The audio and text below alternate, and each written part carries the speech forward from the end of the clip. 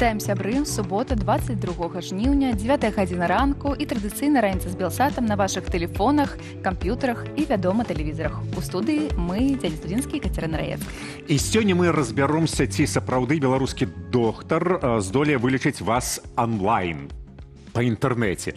А далей, чаму ў школьных сталоўках да паловы харчоў можа ісці ў сметнік? А таксама, ці можна зарабляць тым, што малюеш на чужых сценах?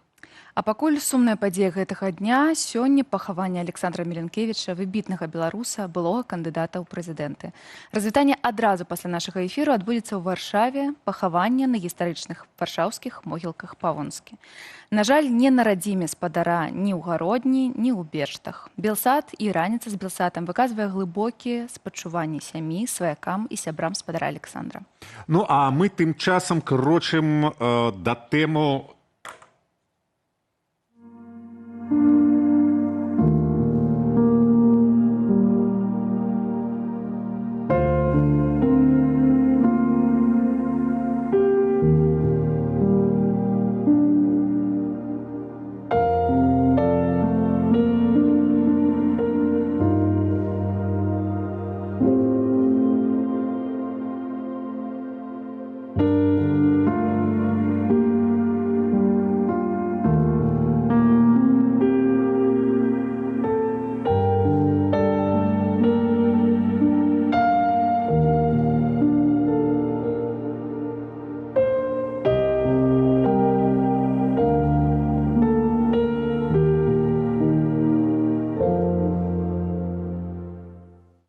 яшчэ раз шчырае спачуванне сям'і і блізкім спадара Александра, да і ўсім нам, усім беларусам, бо страцілі сапраўды выбітнага дзеяча і чалавека. Але мусім крочыць далей да тэмы сённяшняй раніцы. Вось якое пытанне дня мы для вас падрыхтавалі.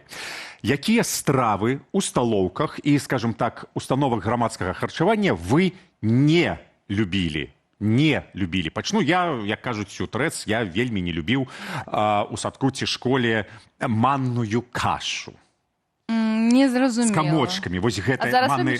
Не, я нават не ведаю, як яна выглядае, гэтая манная каша зараз. Я ўпомніна, што цяжка будзе ўспамінаць, што не любілі, таму калі што, пішыце любімую страву, напрыклад. Але каб мы зразумелі. З пенкай, малако з пенкай. Какао з пенкай таксама. Пішыце, але абавязкова пазначайце любімая, нелюбімая. І мы памятаем, што гэта пра сталоўкі, гэта не пра дзяцінства агулам. Не пра жонку любімая ці нелюбімая. Пішыце ў каментарах пад нашай трансляцыі, таксама, калі ласка, ставьте падабайкі, сардушкі, подписывайтеся на канал, бо гэта сапраўды дапамагае прасоўваць наш эфір. Ну, а мы пакуль жа ідзем да тэмы бясплатнай, ну, а дакладней умоўна платнай медыцыны ў Беларусі. Глядзім сюжэт.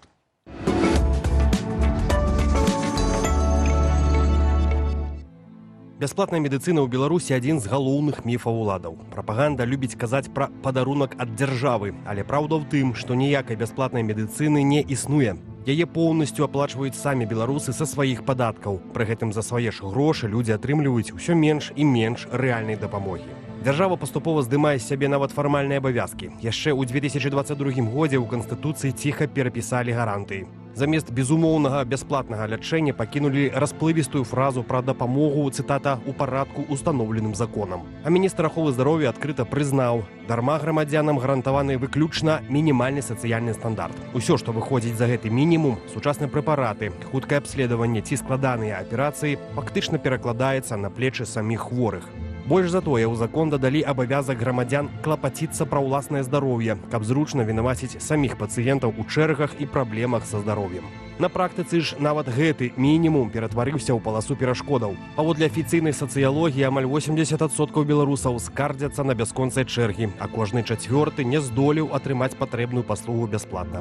Каб узяць талон да доктара, людзі ў рэгіёнах займаюць чаргу пад дзвярыма паліклінік без 10-6 раніцы. Да тэрапеўта ў Менску запіс расцягваецца на тыдні, а чаканне бясплатнага МРТ нават пры вострым болю можа заняць цэлы год.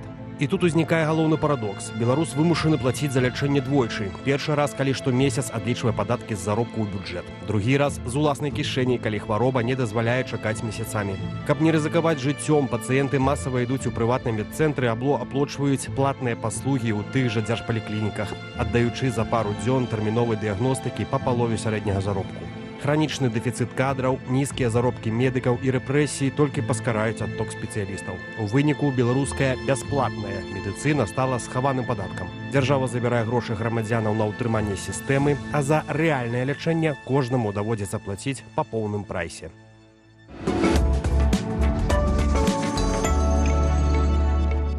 І вось менавіта ў адказ на гэта беларускія медыкі ў выгнанні стварылі онлайн-паліклініку пад назвай «Раёнка». І яна пачынае прымаць пацыентаў на бліжэйшымі днямі, літаральна вось-вось. І ў нас у студыі доктар Станіслаў Салавей, адзін з стваральнікаў «Раёнкі». Станіслаў, радая вітаць цябе ў студыі. Непасрэдна ў студыі.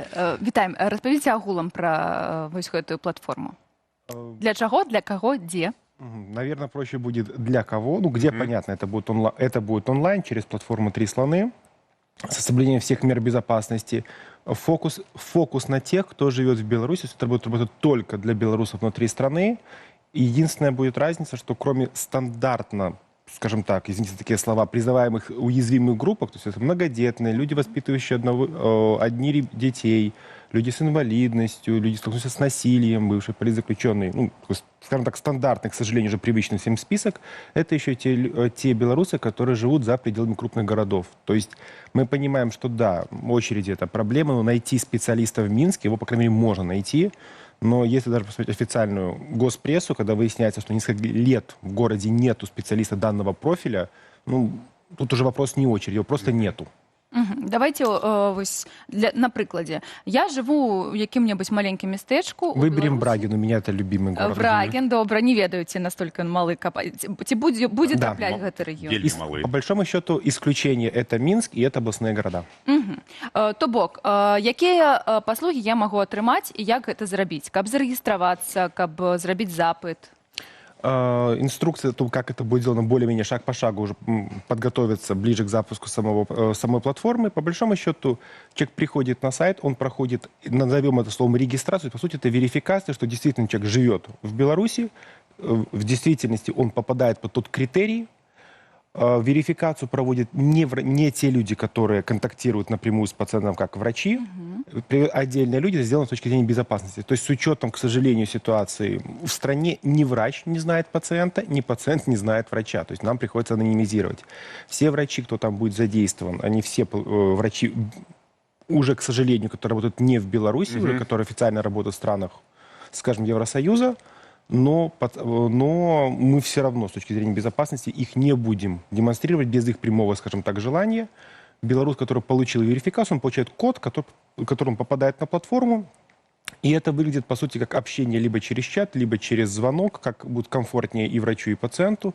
Там же есть аналог медицинской карты, куда человек может сам ввести информацию о себе, может загрузить свои анализы, при этом у него будет возможность сразу обрезать часть анализа, которая верхняя шапка, условно говоря, чтобы доктор не знал. Доктору не сильно принципиально, как зовут пациента, возраст уже он выяснит в процессе разговора, а имя, фамилия, где он живет, доктор он. Гэта ананімна ўсё будзе. Для Ты сказаў, там будуць працаваць дактары, якія з'ехалі з Беларусі. Наколькі гэта небяспечна будзе для кого? Для пациентов. Для пациентов? Ты сказал, пациенты скажем так, это то ограничение, которое есть. Я бы, наверное, никому бы не рекомендовал ссылаться на опыт контакта с районкой, коммуницируя с официальными органами в Беларуси, даже с больницами, даже с врачами. Просто на всякий пожарный случай. Потому что, к сожалению, любая инициатива, исходящая от неблагонадежных лиц, насколько бы она не была адекватной, безболезненной для властей и прочее, она воспринимается в штыки. Для врачей то же самое. Если кто-то захочет из коллег, кто будет в этом действовать, говорить об этом открыто, это его право, но условие, что мы никого сами не публичим. А ці добра я разумею, што калі там ёсць ананімнасць і калі людзі праходзяць верыфікацыю і мы скрываем прозвішча, напрыклад, то нельга будзе атрымаць рэцэпт ці скіраванне, то бок гэта толькі кансультацыя? якая показывает ситуацию с вашей... К сожалению, да, это будет общение немножко в урезанном формате. То есть классическое, понятно, если мы берем обычную медицину, я вижу пациента, это уже определенный набор данных, я могу его потрогать, послушать прочее. Это дает определенный набор данных. В зависимости от специальности это меняется, то есть какие-то более зависимы от контакта с человеком, физическим, какие-то менее. Телемедицина — это урезанный формат, но доктор обычно имеет право выдать рецепт, выдать направление другому специалисту, сделать юридические действия. В условиях районки, сами понимаете, это немножко странно. Давать людям справку, что они воспользуются проектом, который без 5 минут экстремистски просто изначально его идею, это будет немножко странно. То есть, к сожалению, мы не можем выдавать официальный рецепт, это просто небезопасно. С другой стороны, стоит понимать, почему мы взяли фокус, очень большой фокус делаем именно на маленькие города. Там проблема со специалистами с двух сторон. Их, не хватает, и, условно говоря, терапевт вынужден исполнять обязанности эндокринолога, или его отправили на курсы длиной в месяц, чтобы он им юридически стал, но ему будет хватать опыта. Это не говорит о том, что врач какой-то нехороший, плохой, ленился в университете. Невозможно за год подготовить кардиолога. Почему-то во всем мире занимает это 5 лет, в Беларуси год. В Беларуси этот год сделан только для того, чтобы быстрее наполнить район, сказать, у вас же есть врач? А то, что у нас мужчина проживает где-то в среднем 1,5-2 года на пенсии и умирает, врач-то у вас есть, что вы пристаете? То есть это информация, которую можно будет использоваться в коммуникации с медицинскими работниками, если нужно, условно говоря, рецепты и дальнейшие какие-то нюансы, со своими врачами, что доктор, а может ли у меня быть вот это вот? И доктор, а что вы думаете про значение вот этого вот? То есть у этого, да, в силу нюансов очень обрезанный инструментарий, то есть доктор не может его полностью провести как доктор, но это все равно та помощь, которая может позволить человеку лучше скоммуницировать со своим врачом, потому что нет в Беларуси врачей, которые хотят делать кому-то плохо просто потому, что хочу людей, чтобы люди страдали.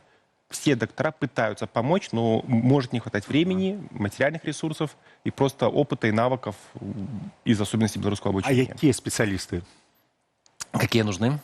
Я не, ты сказал эндокринолог, например. На самом деле, понятно, то есть основной фокус это будет на тех, то есть если мы посмотрим на структуру, скажем так, обращения в поликлинике, основное то, что? Это будет терапевт-педиатр, то есть широкий профиль, эндокринология, понятное дело, это будет лор-болезнь, то есть то, что с одной стороны, очень удобно для телемедицинских, скажем так, моментов. То есть травматолог, конечно, классно, но половина его обращений, вас сломана рука, поздравляю. Или не треба мацать пациента. Раз, и когда не требуется хирургически. То есть человеку с подозрением на аппендицит, все-таки сильная боль в животе, это не для телемедицины. Сильная боль, лучше ехать сразу в больницу, потому что это не планово. То есть это урезка. Это кардиология, это лор-болезни, это терапия, инфекционные болезни. То есть такого плана. Стандартный терапевтический профиль в основном. А як працаваць будзе гэта камерцыйна, то бок трэба платіць за гэту кансультацию, ці гэта нейкая... Вот тут как раз и срабатывает ровно обратная дискриминация. Этот проект, который могут только белорусы внутри Беларуси, то есть те, кто выехал, там чуть у нас более развязанные руки, там будет, надеемся, чуть другой механизм, но чуть попозже. То есть там как раз можно полноценно уже и с рецептами, со всем остальным. То есть там у нас развязаны руки. И анонимность гораздо не требуется. И это будет так само для иммигрантов? Я очень надеюсь, но давайте пока не будем забегать вперед. Мы так само сподеемся. Да, то есть, в принципе, эмигранту в этом плане чуть-чуть проще, потому что это то, что легче решить, хоть неприятно, но деньгами. То есть достаточное количество белорусских врачей уехало в ту же Польшу, в ту же Германию. Найти белорусско, русско, украинско, не знаю, любого говорящего врача в Польше гораздо проще, чем иногда в небольшом польском городе, гораздо проще, чем в небольшом белорусском городе найти, в принципе, такой специализации. Вот. То есть мы помогаем только белорусам внутри Беларуси. При этом мы категорически не принимаем от них оплату, даже если не захотят это сделать. Это под строжайшим запретом, просто с точки зрения, опять-таки, безопасности.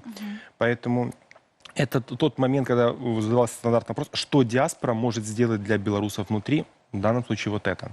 То есть оплачивать диаспора может, и очень надеюсь, будет в этом участвовать. Белорусы могут только внутри только получать помощь.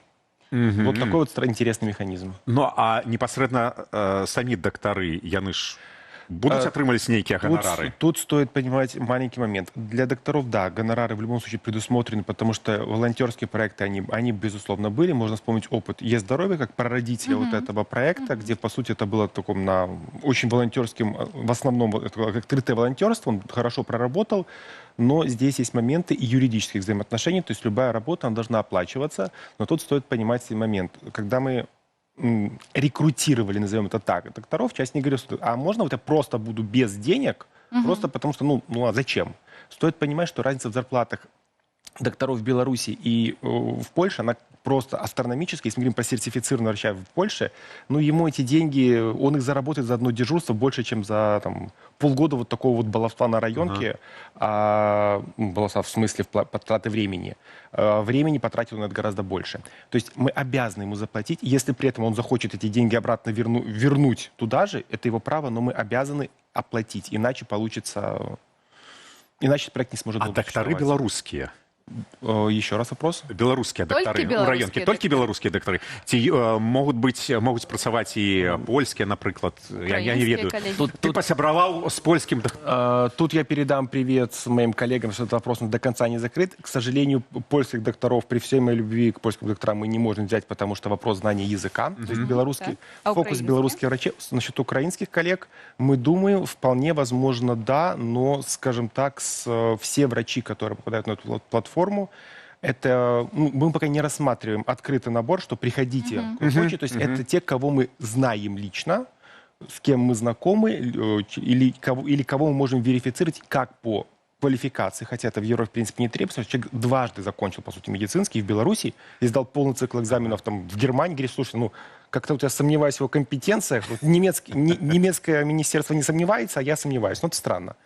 Вот. Но тут больше с точки зрения безопасности, несмотря на то, что пациенты анонимизированы для врачей, и врач при всем желании, без прямого вопроса пациенту не узнает, но все равно пока мы решили с относительно небольшого количества специалистов закрыть основные профиля и начать, а там будем смотреть. Насчет украинцев, я думаю, что да, но, опять-таки, это будет не открытый разговор. То есть для нас этот проект, хоть и звучит он как там, где есть деньги, как коммерческий, но для нас это не коммерческий проект, и его цель сделать механизм, чтобы белорусы получали помощь, потому что, к сожалению, его необходимость не пропадет с завершением, скажем так, режима Лукашенко. Она сохранится, потому что медицина на районах это будет еще довольно долго определенной проблемой.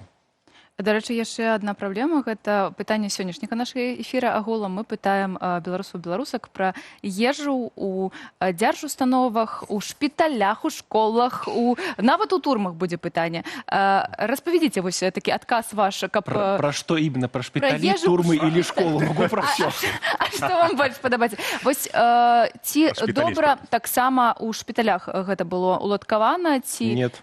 Нет, бо ёсць людзі, якія пишут, да тут масло дают, хлеб дают, я лежу, все приносит. Проблема в том, что я лежу, все приносит еду. Это подход системы Симашко, которая была очень хорошая лет 70 назад, когда в среднем население страны голодает, живет в антисанитарии, и просто вот его хроническому голодающего положить в больницу, дать ему доступ к горячей воде и кормить регулярно, это уже классно. Но, слава богу, мы уже не в такой ситуации в Беларуси, и просто госпитализация, чтобы покормить и помыть, ну, она немножко звучит странно. Плюс у нас действует немножко архаический подход к, особенно, кстати, ну, это уже моя больная тема, в роддомах, когда это нельзя, то нельзя, то нельзя, то не то. И тут можно просто почитать опыт женщин, родившихся, допустим, в Америке и в Беларуси, что я хочу суши, ну, а кто же запрещает? Ну, ешь, ну, ты хочешь, ну, ешь. Ага. Аллергии у тебя нет? Нет, ну, ешь. Все, то есть нет вот этого. Поэтому питание, которое уходит много в мусорку, оно немножко неэффективное, оно все очень сильно централизовано по понятным причинам, но это вот такая забота, как о пациентах детского садика, что мы должны покормить на всякий случай, чтобы взрослый там человек ни в коем случае, если что-то вредненькое, ну так он выйдет из больницы, сам поест. Понятно, что я противник привозить там в военно-экономическое отделение там тортики заказывать, но давать человеку свободу выбора и возможность питаться, как он хочет, то почему нет? То есть, ну, это отстало, и на это, к сожалению, тратится огромный ресурс здравоохранения, тратится просто белорусского, на то, что мы госпитализируем человека, которому, в принципе, это и не нужна. Дякую, ему это дякую, вредит. Станіслав. Дякую. Ну, гэта наступнае наше будзе пытанне, з чым прыйдзецца. Чакаем раёнку. Вось. А з намі быў Станіслав Салавей, Калі пачне? Надеемся, что первые, скажем так, белорусы зайдут туда уже в начале сентября. А туда гэта на онлайн-клініку раёнка. Дзякуй Да, вялікі. А дзякую. мы ідзем да Андрушу, бо ён уже чакае нас. Самыя гарачыя падзеі беларускіх соцсетак. Прывітанне сябры, з'яўленне раёнкі сервісу медыцынскага для беларусаў замежжа, гэта файна, але ёсць яшчэ шмат файных і цікавых навінаў з беларускіх соцсетак. Хочаце распавяду? Так. Давай. Так, пачнем мы з Менску. Свята для сапраўдных знаўцаў беларускай кухні. Каля мінскага стадыёну «Дынама» усталявалі новы гастранамічны рэкорд. Не раніцай будзе сказано тым, хто яшчэ не паеў з раніцы. Так вось, кухары прыгатавалі самую вялікую ў гісторыі краіны смажаную бульбу з белымі грыбамі ў смятанным соусе. Прабач, порцыю ці самую бульбу непасрэдна? Порцыю, Адзінку. якая была вагой у Ага. 300 кілаграмаў. Давайте на гэта, уласна, зараз цяпер і паглядзім. Вось, паглядзіце, каля стадыёна «Дынама» столькі набралі бульбы, яе было 300 кілаграмаў. Дарэчы, вось гэтая падзея была занесеная ў кнігу рэкорду Беларусі як самая вялікая порцыя смажанай бульбы, якую зрабілі калісьці ў нашай краіне. І што з ёй сталася потым? Так, Катя, давай подкажем Денису, что могло статься с такой бульбой? Брали усялякія прылады, открывали ротик і туды закидывали і рабілі ням-ням-ням. І, уласна, гэта быў як рэкорд больш за ўсё прыгатаванай бульбы ў 300 кг. Уласна, і другі рэкорд больш за ўсё съедзенай у адным месцы. 300 кілаграмаў 300 бульбы. кілаграмаў бульбы. Захацелася. Да. Ідзем далей. Цяпер троху паговорым пра беларускіх дызайнераў. Ось это людзі, якія дасюль в Беларусі робяць проста неверагодныя рэчы. Так вось, зараз дызайнеры ў Беларусі скапіявалі задні корпус смартфона і зрабілі з яе дзвер. З вонкага боку панель пафарбаваная ў трэндавы касмічны аранжавы, аказваецца, ёсць такі колер, і мае блок з 3 вялікіх камер. Праўда, яны тут выключаны для прыгажосці, не працуюць. Ось давайте паглядзім уважліва на экран і пракаментуем, што мы тут убачым увогуле. Значит, самы прикол. Па-перше, выглядае яна вельмі файна, так? Справа ў тым, што яна каштуе, гэтая дзвер, да 3000 беларускіх рублёў. Вялікая, Гэта $1000. Это Ну, 1000 доляраў. дарэчы, калі гэта дзвер у кватэру, дык гэта не зашмат. Гэта і не зашмат. А ведаеце, в чым асабліва, з чаго можна пасмяцца? Тым, што вот такі здаравенны айфон з люстэркам з задняга боку, толсты, які вас абароніць, каштуе $1000, а вось 17-й айфон каштуе, ну, плюс-мінус каля 1,5. Вось гэты... $1500. І ў гэтых дзвярэй ёсць Уваход адзіны по мінус. фейсу, по Face ID. Пакуль Ёсць не- мінус, калі Да. абнавіцца iPhone до 18-го, гэты дзвер уже будзе не Састарэлая пасаваць. і будзе сорамна. Паважаныя хіпстары, паспявайце. Трэба калі мяняць гэтую налепку. З аранжавай на наступную, на 18-й Не iPhone. спыняемся, яшчэ парачку навінаў, паговорым пра тое, што мала хто так дакладна падкрэслівае выключна беларускія рысы, як не прафесары з тиктоку, не з Нацыянальнай акадэміі навук, а з тиктоку. Вось, ведаеце, каб такая вось алегорыя, каб зразумець смак супа, не трэба есці увесь рондаль, можна дастаткова Лыжкі. адной лыжкі. Так і вось, каб зразумець, што перад вами Беларусь, не трэба апытаць всех 10 мільёнаў, дастаткова паслухаць аднаго. І вось пра гэта і наше наступнае відэа, як пазнаць беларуса, зняў адзін з беларускіх блогераў. Увага на экран, і трэба паслухаць. Так, это в чем разница между Джили и Белджи? Нет, ты что, у меня на Санторини нет денег. Не, ну так он в Оршу приедет, вот там что объяснят. Я тебе говорю, рожать надо в Жодино. Слышал, Ксения Ситник родила? Не, не пойду, я с собойку взял. Что, опять на копейку подорожало? Не, так а что покупать? На куфоре посмотри. Ну, Зразумела. Все зразумела. Ты таксама Ксенія Сітнік, так? Зачапілася за Зачапіла. О-о-о! Дякую, Денис, Пераможца дякую, Андрюша. у дзіцячым Еўрабачанні. Дзякую, Андрэю. Я нагадываю пытанне, якое цікавіць нас гэтай раніцаю. Якія стравы ў сталоўках і ведомасць, так? сталоўкі КДБ распавядзіце. У установах вы найбольш не любілі, пачынаючы з садочку, са школы. Што ты не любіў на філфаку? Ты ж на філфаку? На філфаку вучыўся, але я все любіў, але не заўсёды грошай Калі ты хапала. студэнт, ты любіш Ты усё. павінны яшчэ рабіць так, я ўсё Да. любіў. Я всё люблю, а Дзякуй. Сябры, пішыце, калі ласка, каментары пад нашай трансляцыяй, ставце, калі ласка, падабайкі, званочкі, супер падабайкі, ці як Сэрцыкі. гэта называецца? Ще Сэрцыкі. Сэрцыкі, што такое сэрц? Гэта ж супер падабайкі, так? Не? І нават ёсць магчымасць даслаць нам донат Ну, як просто тут нам? у каментарах. Ну, як нам, Андрюша, так? Ну. Дзякуй вялікі, што глядзіце нас. Мы ідзем далей. Павел Севярынец, Алесь Беляцкі, Саша Івулін, Паліна Шарэнда-Панасюк. Імёны гэтых ды іншых палітычных вязняў ізноў з'явіліся ў базах крымінальнага вышуку. Беларускія ўлады выкінулі іх за мяжу, а цяпер шукаюць, каб наноў пакараць. Давайте паглядзім пра гэты сюжэт.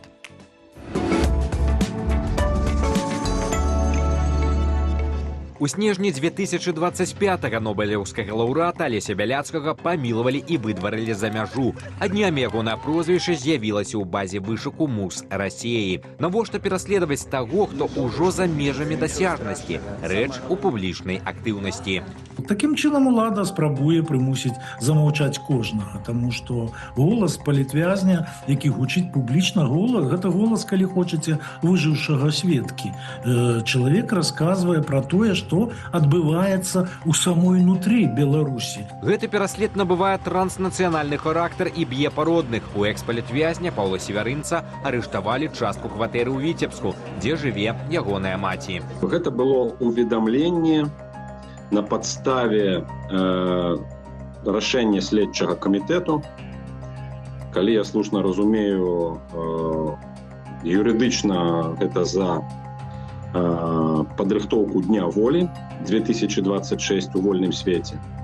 Ну, але чаму менавіта цяпер? Гэта хутчэй за ўсё такая дробная помста за выступ на канферэнцыі «Новая Беларусь». За апошні год у вышука абвесцілі больш за 1000 грамадзянаў Беларусі, у тым ліку супрацоўнікаў нашага тэлеканалу. Пад гэты ж каток трапляюць і спартоўцы. Былых гульцоў нашай зборнай Геннадзя Томіловіча і Мікалая Золатава таксама дадалі ў базы вышуку. Томіловіч, які жыве ў Ізраілі, рэгулярна і востра крытыкуе чыноўнікаў у сацыяльных сетках. Человек законопослушный, законов не нарушаю, даже не представляю. Что касается меня и моих пошуков, ищите, хлопчики, я у Израиля, у Батьяме, приезжайте.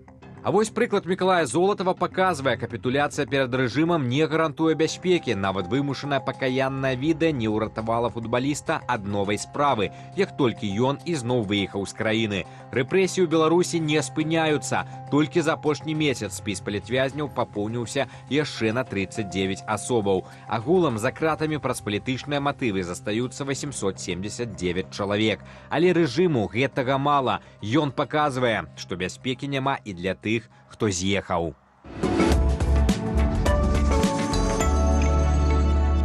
А з намі тым часам на сувязі выбітны журналіст, былы палітычны вязень Ігар Карней. Ён прайшоў праз адзіночную камеру, калоніі агульнага і строгага рэжыму, і ўсё, што спрабаваў запісваць за кратамі, у яго забіралі. Апошнія запісы забралі кэдэбісты, якія выкінулі Ігара з краіны ў чэрвені мінулага года. Таму, вышыўшы на волю, ён амаль адразу сеў пісаць кнігу па гарачых слядах. Кніга называецца «Інкамунікада», і яна выйшла на гэтым тыдні. Вітаем Ігару. Добрай раніцай, рады чуць і бачыць. Бачым, чуем цябе. Вітаем. Ну, па-першае, да актуалу шмат хто з вязняў выкінутых з краіны, яны ёсць у гэтых спісах вышуку.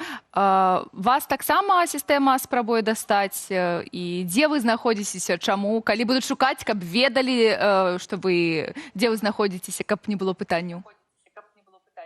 Ну вось следам за Геннадзем Томіловічам магу раскрыцца, тут няма ніякага сакрэту. Я актыўна апублічваюся ў сацыяльных сетках. Я зараз на тэрыторыі Партугаліі, гэта яшчэ далей, Азорскія выспы. Это фактычна месца пасярод Еўропы і Амерыкі. І тут чаму я тут апынуўся? Ну таму што тут апынулася мая сям'я. Неўзабаве пасля затрымання майго жонка і малодшая дачка з'ехалі, не чакаючы сюрпрызаў ад дзяржавы, таму што былі такія намёкі і нават і сігналы, і мне следчая казала, што трэба з жонкай паразмаўляць, а чым сканчваюцца такія размовы, вядома, і таму яны проста з'ехалі. А чаму Азоры? Таму што гэта было апошняе месца, дзе мы як турысты побывали літаральна ў траўні 2023 года, за 2 месяцы да таго, як прыйшлі з ператрусам супрацоўнікі КДБ. І тут, жонцы, прынамсі, спадабалася. Была ўжо такая беларуская тусоўка, тут такая суполка, і людзі дапамаглі адаптавацца па першым часе. Это вельмі важна, калі прыязджаеш не на пустое месца, а калі да цябе прыязна ставяцца і гатовыя солідарызавацца, працягнуць руку. Ну, а цяпер, дарэчы, там з Варшавай тут 2 гадзіны розніцы, з Беларусю 3, таму у нас цёмная ноч бачна за вакном яшчэ нават птушкі не спяваюць. Звычайна зараз вось пачнуць залівацца тут мясцовая фауна і жабы, і салавы, і дразды, ну, все, што хочаш. Таму тут такое, все буяе. Верыш, мы працягваем сачыць за тваімі прыгодамі з дакументамі. Што зараз адбываецца? Ты ў чарзе ці ўжо атрымаў нешта на рукі? Бо мы ведаем, што ў Партугаліі гэта вельмі доўга. Так, так. Вельмі марудна, так. Это вельмі такі вось тыпаж піренейскага, скажем так, бюрократа. Гэта не спяшацца. Ну, калі па-іспанску там маньяна, іх любімае слово, па-партугальску тое самае, а манья. Все можна зрабіць заўтра, не трэба нікуды спяшацца, таму яны не спяшаюцца. Ну, у мяне такі падвешаны стан застаецца. Я лагічна, калі ехаў, спадзяваўся на працэдуру ўз'ядання сям'і, яна не такая складаная, і, ў прынцыпе, я лагічна думаў, што так будзе са мной. Просто далучуся да сваіх, якія ўжо мелі віды на жыхарства. Ну, але аказалася ўсё даволі складаней, мутарней і, ну, забюрократызавана. Не ўдалося ўз'яднацца, таму што патрэбна даведка аб несудзімасці, і гэта іх усюды. Это пачынаючы ад банку і любых устаноў, якія будуць з табой працаваць, яны патрабуюць вот эту даведку. Ну, у мяне, натуральна, ніхто са мной звязацца не будзе на радзіме, а з іншага боку, калі даведка і з'явіцца, то яна будзе якраз такі пра наадварот, пра судзімасць. А гэта ўжо такая патэнцыйная пагроза нацыянальнай бяспекі. І вось, ну, фактычна можа быць дэпартацыя ў краіну першага ўезду. Таму зараз, я так разумею, працэдура бежанства, працэдура знаёмая шматлікім беларусам. Пераходзім да кнігі непасрэдна. Ігор, раскажы, калі ласка, чаму трэба было напісаць гэтую кнігу і паводле якога прынцыпу яна сабрана? Што там? Разделы вось гэтыя. Аўтару патрэбен штуршок, і в этом контексте я не выключэнне. Натуральна, калі выйшаў, трэба агледзецца, трэба адаптавацца, прыйсці ў сябе. І невядома, колькі б гэта прыходжанне ў сябе было і зацягнулася, але вось падчас адной сустрэчы, калі я ўжо з Літвы прыехаў у Польшчу, сустракаліся, ну, натуральна, са сваімі дочкамі, у мяне дзве жывуць у Кракаве і ў Зялёнай горы, а таксама была сустрэча з сябрамі, і падчас аднаго з такога застолля вось кіраўніца беларускага ПЭНу Тацяна Недбай прапанавала, ну, фактычна яна паставіла перад фактам: Ігар, трэба пісаць. Ну, я яшчэ маральна не быў гатовы пісаць, але тут жа ж такая справа, калі, ну, даюць вось такую магчымасць, то, напэўна, трэба як мінімум падумаць. Бо аўтар цяперашні як выдае кніжкі? Ну, вось за свае грошы сам укладаешся і сам выдаеш. Я апошнія гады нідзе не працаваў, укладацца няма чым, ну і вось калі такая паступила прапанова ўжо, то, ну, падумаў недоўга і пагадзіўся, што, напэўна, трэба брацца за працу, таму што, ну, місія журналіста такая. Я нават калі сядзеў за кратамі, усведамляў, што рана ці позна, напэўна, хтосьці звернецца, і гэта, ну і разумна. Прынамсі, калі ёсць здольнасці, ёсць такая магчымасць, то трэба яе рэалізаваць. А вось гэтыя раздзелы, якія главы кнігі: катавальня Лосіка, камуналка Чарняўскай, крыж Севярынца, гігіена Мажэйкі, казуркі Класкоўскай, выбар Семчынкі і гэтак далей. Гэта як ствараліся вось гэтыя главы, раздзелы? Ну, гэта ўжо асобны такі раздзел «Голас».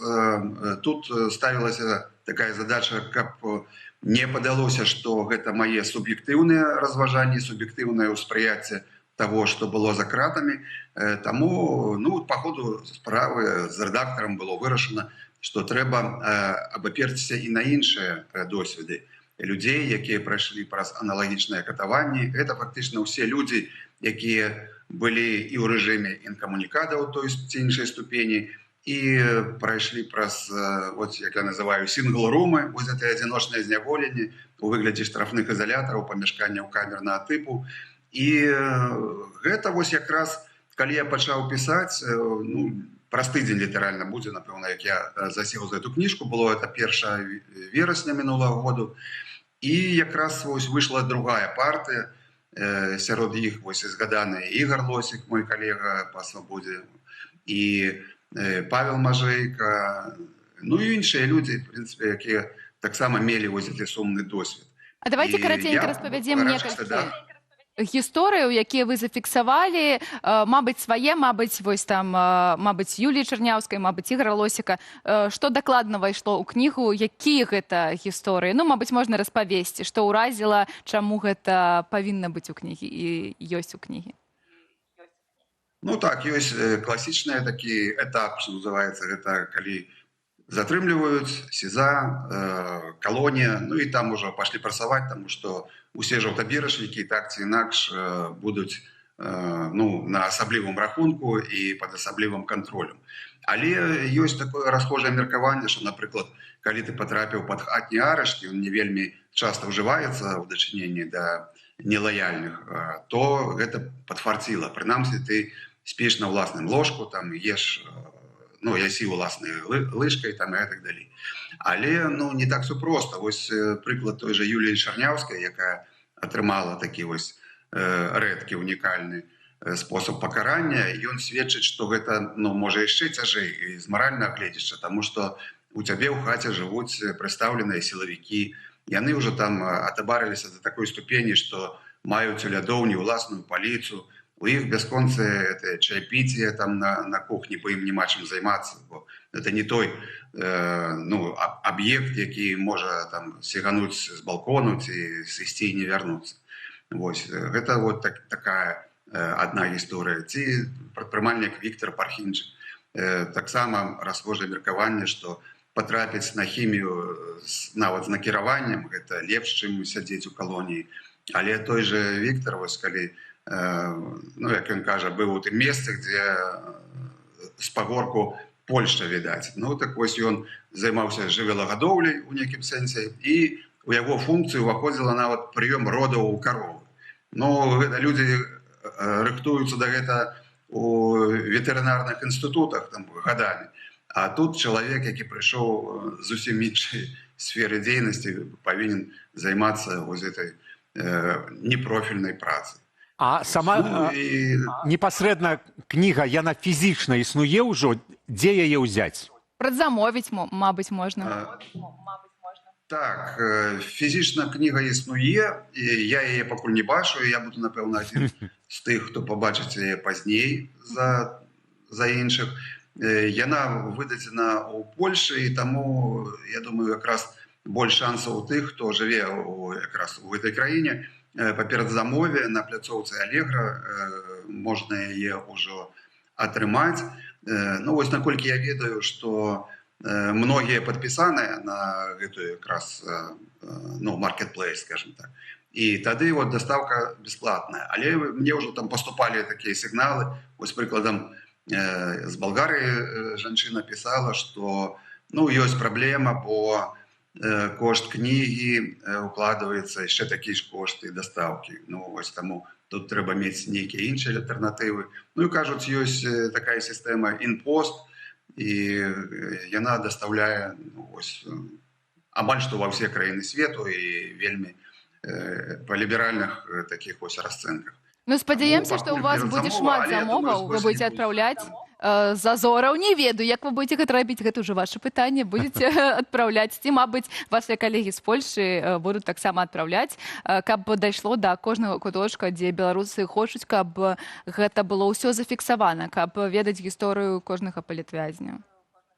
У нас ёсць пытанне дня, мы б хацелі яго таксама задаць, і яно, так цікава ўстройваецца ў кантэкст нашай размовы. Так, ты ж прайшоў шмат месцаў і рэжымаў заключэння, і пытанне ў нас пра ежу. Некалькі слоў пра тую ежу. Ці можна назваць яе смачнай? Калісьці, мабыць, ты каштаваў нешта за кратамі, што можна назваць было смачным? Ну, тут такая штука, что яно нібыта і смачнае, а потым аказваецца, з чаго яно складаецца, то ўжо робіцца і не вельмі смачным. Таму што, напрыклад, ну, ежа, скажем так, яна не без вітамінаў, скажем так. Я вот калі сядзеў усё лета у ШИЗа Шклова, я там все пору года амаль што застаў, вясну ўжо даседжваў у Мазыры, уже на строгім рэжыме пасля другой крымінальнай справы. Так вось, за лето, ну, у Беларусі гніе там, ну, тонны, десяткамі тонны яблыкі. Вот эти, да? А седзячы за кратамі у тым жа Шклове, якраз у сезон, ну, я не атрымаў там ніводна яблыка, ніводна памідоры, ну, там, ніводна агурка. І гэта ўсе, гэта, ну, поўны нуль вітамінізацыі. І ў гэтым сэнсе ніякай разнастайнасці няма. Ну, вот гэтыя кашы, такія прымітыўныя супы, якія не зафарбоўваюць нават воду, той же борщ, как они кажут, да, потому что это борщ, ну, вот корова съесть этот бурак с задовольнением, потому что он кормовый, ну, а зэк, ну, потому что его безальтернативное основание. Все чекали, что рыбку дадут, вот эту путасу, ну, хоть нечто там разнастайное, раз на тыдзень ее приносили. Але потом я, коли размовлял с хлопцами, які працують на кухні у Мазыры, у столовцы, то они сказали, что мы до рыбы, ну, принамсі, доўгія гады не дакранёмся, тому што вот ставіш путасу, якую мы все там любім і чакаем, бо белае мяса нібыта. Яна вот як воўк санітар лесу, так путасу санітар вады, ну, водасховішча, мора, марскі санітар. І гэта, ну, абсолютно 100% гельмінтная рыбіна, яна просто паядае вот эту падаль, якая там раскладаецца на дне. Ну і ось калі адкрываеш, там увесь набор узкіх спецыялістаў па паразітах.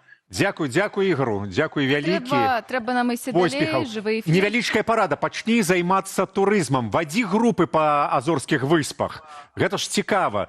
Англійскую мову вывучы і ўсё, і пачынай. Ну, пакуль я заняўся сумежнай прафесіяй будаўніка, трэба ўжо як бы заканчивать. Поспехаў. Поспехаў абавязкова. Дзякуй, што да нас далучыліся ў гэты ранні час для Азораў. З намі быў Ігор Карней, журналіст, былы палітвязень і аўтар нядаўна апублікаванай кнігі «Інкамунікада».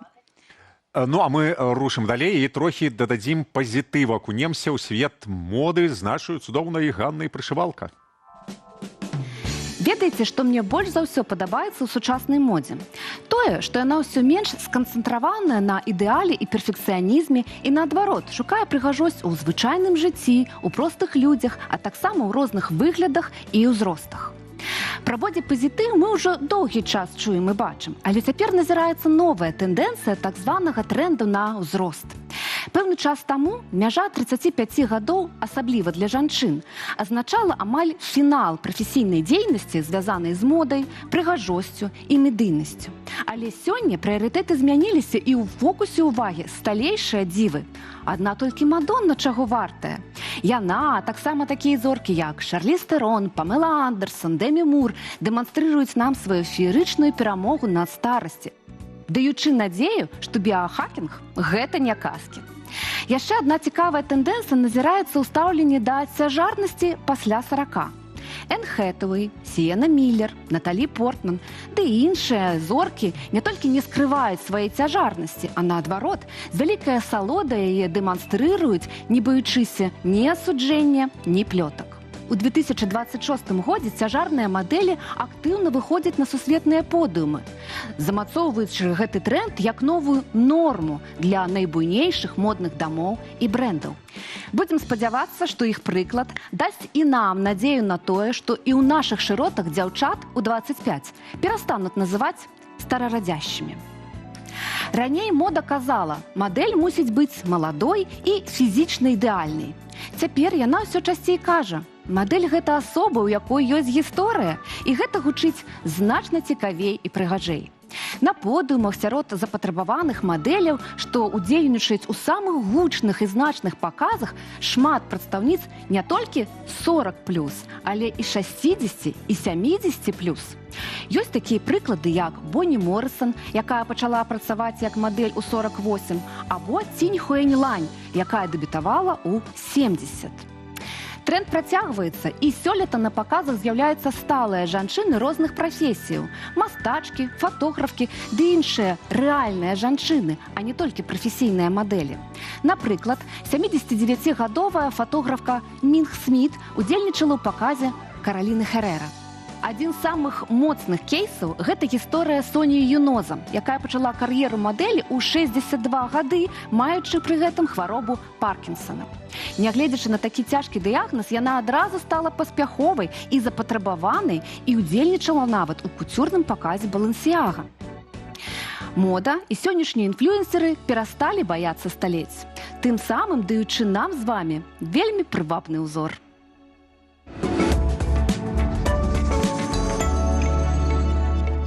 Ганна, дзякуй. А у нас тым часам Андрэй Сульжыц.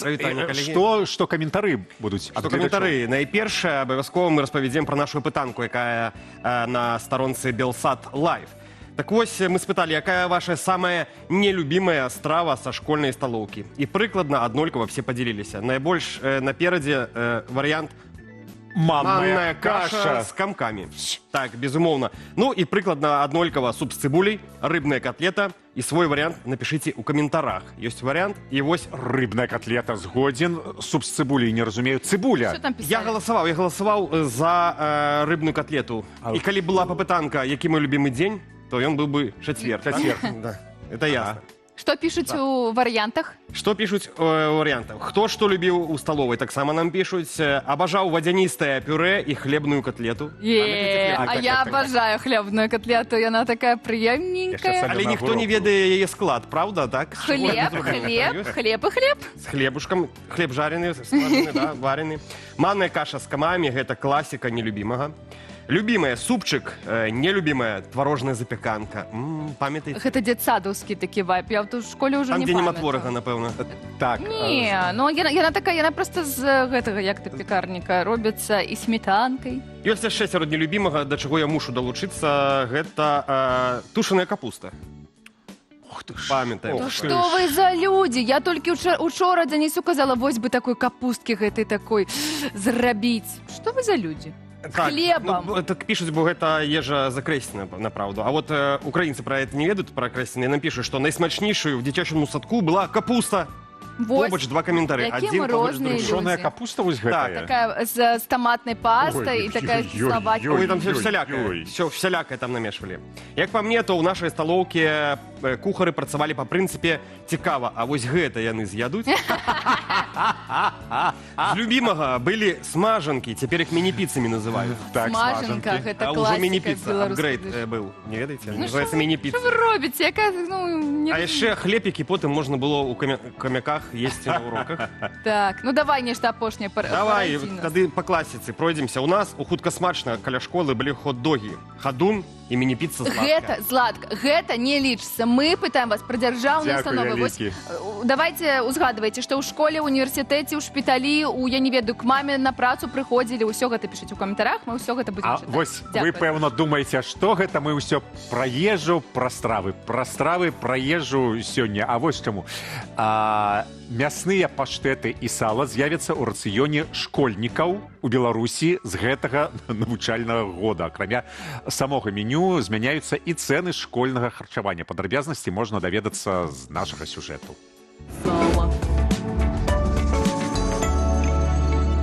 Першага школьнікаў чакае новае меню. У яго ўключылі мясныя, рыбныя, мучныя ды іншыя паўфабрыкаты. Раней іх выкарыстанне было абмежаваным. Змены абгрунтавалі неабходнасцю разнастаіць меню і задаволіць самыя розныя густы школьнікаў.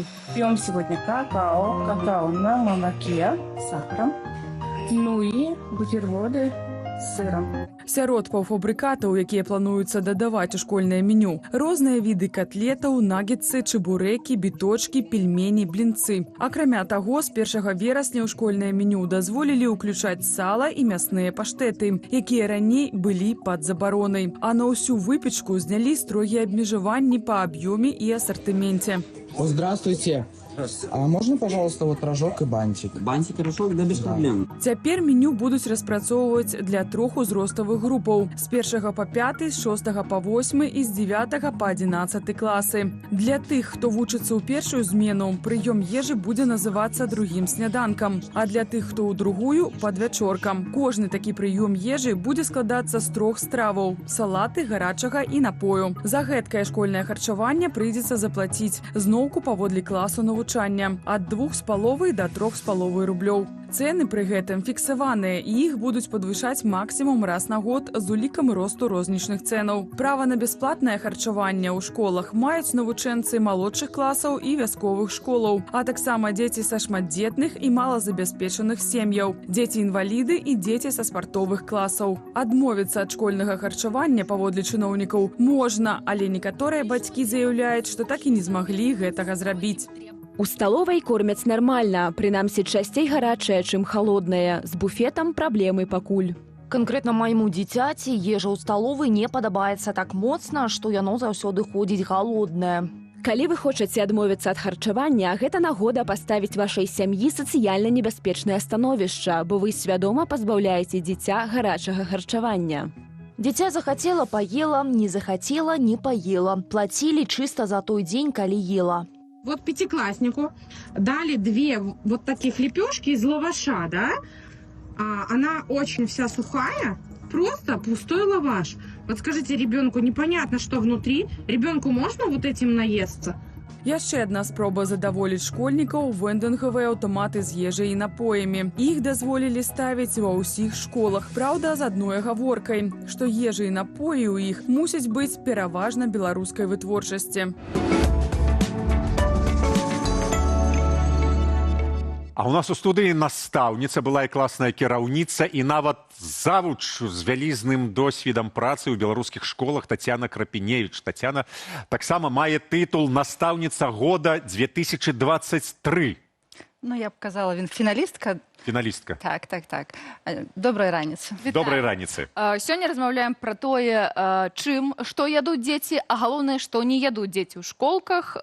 Давайте распавядзем пра ваш асабісты досвед. Чаму не елі? Вось ёсць у вас кейс, у якім вы самастойна аплочвалі нават гэтую ежу адной з дзяўчынак, бо не маглі, сям'я не магла аплаціць ці адмовілася? Адмовілася. Чаму не ядуць і чаму трэба, вось, напрыклад, настаўнікам закрываць гэтыя дзірки? Ну, ведаеце, тут можна сказаць, для мяне некалькі прычынаў. Па-першае, дзеці проста могуць не любіць тую ежу. Не кожнае дзіця любіць котлету, правда? Нават мои асабістыя дзеці адно любіць, другое не любіць. Так? А па-другое, якая тэмпература той ежы? Можа быць, для каго-то гарачая, для каго-то адвротна, так холодная. А яшчэ, я так думаю, што такія мовы і колькі часу на то харчаванне дзіцята, можа 5 минут перапынак. А можа быць, яшчэ хто обак нават сядзіць, так? То бок коллежанки так прилетели, там, такое вот. Ну, и тому это шмат причин. Не можно выделить только одну, что то дети не едят, тому что то. Для кого-то это может быть просто густ, для кого-то это может быть выгляд, для кого-то это может быть просто асяроддзе, час, хуткасць. Даже нават, напрыклад, тое патрабуе стаяць у чарзе па той харчаванне чи не. Для аднаго дзіцяці гэта будет нормально, а для каго-то, для гіперактыўнага, гэта ён попросту сойдзе. Што гэта за гісторыя была, калі вы плацілі за кагосьці там? Ну, так-то нашумевшее интервью, так, в котором было поднято пытанне і харчавання, і адмовы, асабліва адмовы ад харчавання. І, канешне, калі правіла працуе, то каждый раз не трэба его тлумачыць, правда? Если право такое есть, то не трэба каждый раз министру говорить, что яно працуе, что можно адмовіцца. Ну, і Так, адмовіцца фармальна можна, але то фармальна. Ну, вось Мы дзіця разумеем. адмовілася, кажа, бацькі, не буду есці. Бацькі да вас кажуць вам, дзіця наша не хоча ваши котлеты есці, а вы ім што ў адказ? У мяне вось такая кішэнька, калі ласка, грошы буду раздаваць. Чаму вы гэта зрабілі? Прасцей было заплаціць тыя грошы, чым патлумачыць, чаму дзіця не хоча есці, какую работу я правяла, какую не правяла работу. Калі гэта было? У якім годзе? Гэта было 23-24 год. То бок, для таго, каб вось гэтыя справаздачы былі канкрэтнымі, лепей было закладаць. Лепей, так, потому что патрабуе объяснить, там, растлумачыць, запомнить бумажки, заявы и так далее, так далее. Ну, а кому хочется гэтых праблем? Добра, зразумела. Тады пытанне пра адкіды. Калі не едяць дзеці? Колькі адсоткаў ідзе ў сметніцу школьных сталоў? Гэта таксама па-рознаму. То залежыць ад таго, што сёння дзеці харчавалі, так? У сярэднім. Ну, як што-то смачнае, напрыклад, тыя фрыткі, так, то 10%, 20%, а нават такое было, што 50-60% вы выкідалі ў сметніцу. Я так разумею, што гэта калі ўводзяцца нейкія сістэмныя змены, тады ідзе кантроль таго, колькі выкінулі, ці як яно працуе, як яно не працуе. Давайте паглядзім на графіку. У нас ёсць крыніца з праверкі КДК, ну вось пра тое, колькі выкідалі ў школьных сталоўках на дзень. Па майму асабістаму досведу, я нават памятаю, што у школе вельмі шмат было гэтых адкідаў, бо дзеці не маглі есці гэтую ежу, і зразумела было, што трэба нешта мяняць. То бок у сярэднім 40% і 75% гэта такі па максімуме знаходзілі. Самае істотнае, што нельга ж змяняць рацыёны. Давайте распавядзіце, калі ласка, хто замаўляе, хто набывае прадукты ў школах агулам, хто складае меню? Хто складае меню? Камбінат школьнага харчавання, КШП.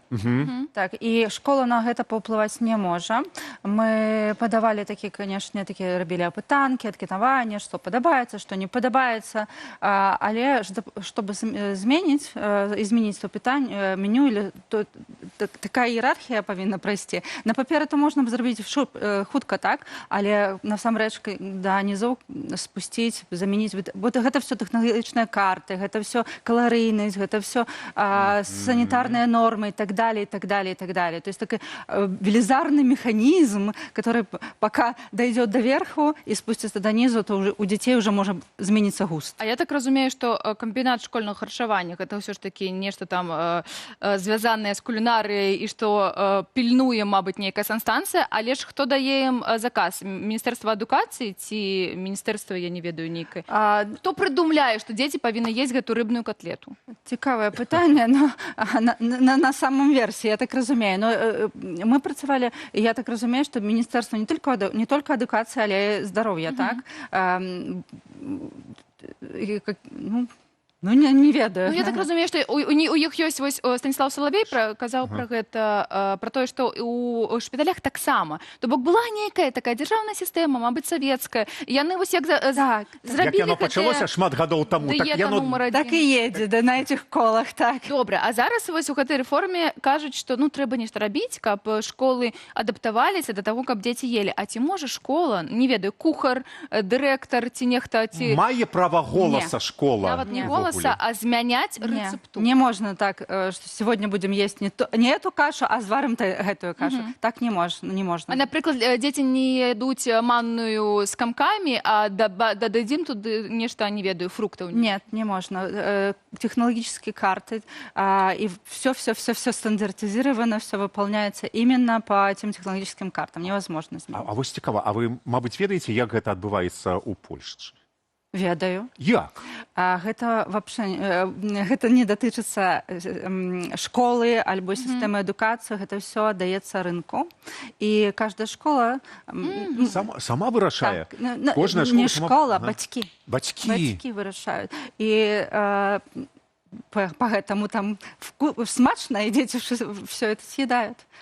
То есть приходят в школу, какой-то поставщик предлагает свои услуги, так, родители заключают договор, это все вот Добра, а чаму тады дырэктар, які займаецца, я так разумею, справаздачай, то бок і адкідамі, колькі не з'елі дзеці, куды іх дзесць, як гэта працуе, нават на яго цісне гэты КДК, кажа, да ты грошы разбазарваеш. Чаму гэты дырэктар, напрыклад, не можа ініцыяваць, вось, а давайце, вось, калі ласка, зменім, пайсці ў Міністэрства адукацыі, напісаць нейкі ліст, мабыць, усе дырэктары школкаў напішуць, давайце нам, калі ласка, не ведаю, марозіва нейкі. Сістэма. Я пытаю гостю. Як спадар-міністр уздымае гэта пытанне, то пытанне ёсць, правда? Не дарма ж яно узнятае гэтае пытанне. Але як-то в такім разе можна па różnych пытаннях, правда, задаць вопрос в міністэрстве, можна coś зменіць, правда? Ну, я не представляю себе, чтобы директор школы написал лист до министерства, и тот от него накликнулся. Но это так. Але мы можем уявить, як директор повинен заниматься гэтымі адкидами, так, например, и вот тут я бы их, робить некую справаздачу. Это такая огромная праца. Я бы нават сказала, что цяжэйшая, чым арганізаваць адукацыйны працэс. Потому что тут подключаются іншыя бакі. Из одного боку дети, которые хотят кушать смачно, с другого бацькі, чтобы это было карысна і дзяржава, якая патрабуе нормы і правілы. А вось, дарэчы, давайте паглядзім яшчэ, што выкідаюць школьнікі. Ёсць у нас такі, калі ласачка, на экран графік. Ага. Глядзіце, рыбная страва, тыя самыя рыбныя котлеты, это до 75%. Салаты. Ідзе ў сметніцу. Салаты, зразумела. Ніколі дзеці не любяць салаты. І малочныя напоі, кефір, малако. Дарэчы, вельмі гэта ўсё ідзе цікава, бо вось я ў сваім дзяцінстве не вельмі памятаю салаты, акрамя капусткі нейкай, нічога не памятаю. Ну так, гэта так. Дзеці не любяць рыбу, не любяць рыбныя котлеты, але в недельным меню что-то з рыбы павінна быць. Таму што ёсць святы чацвер. Чацвер рыбны дзень, што незразумела. Я как міністарка рыбнага дня вам кажу. У нас таксама ёсць інфармацыя, мы палічылі як у дзяржаўных установах, колькі людзей там харчуецца, як арганізаванае пытанне. І можна паглядзець на гэтую статыстыку, што там нават школьнікі, мільён чалавек, дзіцячыя садкі, шпіталі, турмы, СІЗА, калоніі, арміі, сацыяльныя пансіянаты, ЛТП. То бок гэта пад 2 мільёны людзей харчуюцца агулам вось у гэтых установах. І таксама, я так разумею, там ёсць і адкіды, і ёсць меню з цікавосткамі. Але, ну, давайте будзем шчырымі. Усё ж такі, дзеткі, яны яшчэ не разумеюць, што пюрэ з котлеты – гэта твой лепшы сябра. Так. Так, ну, мы, дарэчы, звязаліся з беларускімі расследавальнікамі, якія вывучылі карупцыйны складнік у беларускім грамадскім харчаванні. Давайте паглядзім відэа. Люди, которые находятся у ИВС, у ЦИПе, у таких установах, у них няма альтернативы, чым яны будуць харчавацца. Калі ты ў заводской сталоўцы, калі ты там у кафешцы нейкай, ты можаш пайсці ў іншую, ты можаш рэшт паесці з сабойку, ты можаш... Ёсць нейкія варыянты, як ты можаш это вырашыць. Там таких няма. То есть, што далі, то і есть. Мы высветлілі, якая арганізацыя гатуе ежу для ЦИПа и ИВС на Крысціна. На той момент это была столовка «Горизонта». До гэтага гэта была прыватная кафешка «Ажина». Нам удалося трапіць унутр на саму кухню, паглядзець, як это адбываецца, як гатуецца ежа. Па-першае, это што поўная антысанітарыя. Мы зазнялі гэтыя кадры, але адмовілася адміністрацыя даць каментар нам які-небудзь растлумачыць, чаму так было. І другое, это што ежу для зняволеных, затрыманых гатавалі асобна. Не звычайнае меню, которое для ўсіх ідзе у сталоўцы на камерцыйнай падставе, а іншае. І яно было ў іншых баках, з іншых прадуктаў. І самі супрацоўнікі сталовыя, конечно, это нават не ели. То есть мы разумеем, что супрацоўнікі столовой обедают же, там, что готовят, то и, в принципе, и поедут. Гэту ежу яны не ели, и нашего внедронного человека кормили как раз-таки с коммерцийного меню, частовали.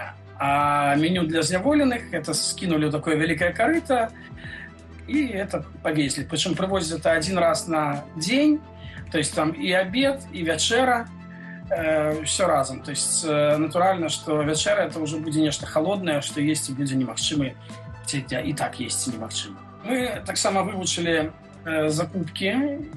Вы знайшлі, што вельмі много парушэнняў в этих працэсах ідзе. На этапе формирования закупки вносятся такие пункты, которые однозначно указывают на одного подрядчика, который это уже переможет. То есть и часцей за ўсё пасля такое робіцца, як закуп з адной крыніцы. А вось, дарэчы, на вашым досведзе ці былі нейкія карупцыйныя схематозы, звязаныя з харчаваннем? Напрыклад, не ў школе, а калі прыязджае нейкая там завод. Давайте будем замаўляць сметану. тут, а не тут. Школа не может решать, у кого заказывать продукты. Школе привозят продукты, из которых она готовит. Ага. То есть поставщики все, они гораздо выше согласуются. Бок нават нельга адмовіцца ад вафлі Відзьба і абраць лодыч? Нет. И сырки тоже определенного поставщика. Калі школьнік не з'еў котлету, хто будзе пакараны? І куды яна пойдзе? Я так разумею, забрать только в сметницу, только в сметницу. Даже если не съест, даже если половина останется, даже забрать собачки, вот как такие случаи, знаю такие случаи. А если в этот момент входит сотрудник милиции, это будет рассчитано как кража. Так. Ну, полова котлеты зразумела, а калі цэлая котлета? И целая тоже так само кража. ўсё ў сметніцу? Все в сметницу. Бок, дзеці не з'елі гэты рыбныя котлеты. Котлет, напрыклад, засталося 100 штук. И все это в сметницу, так. И каждая школа, она заключает, ну, даже не школа, а как бы район заключает договор с какой-то организацией, куда эти отходы поставляются в закрытых баках, в закрытых емкостях. То есть просто, их не просто берут и выбрасывают. И робяць яшчэ справаздачу про тое, куды і колькі паехала. Гэта я ведаю. Ну, а адмовіцца можна? Ад ежы, ад школьнай ежы. Зусім, напрыклад, бацькі і дзеці паразмаўлялі дома, ну не буду я есть, я хочу, маці, дай мне сэндвіч і вафлю Відзьба.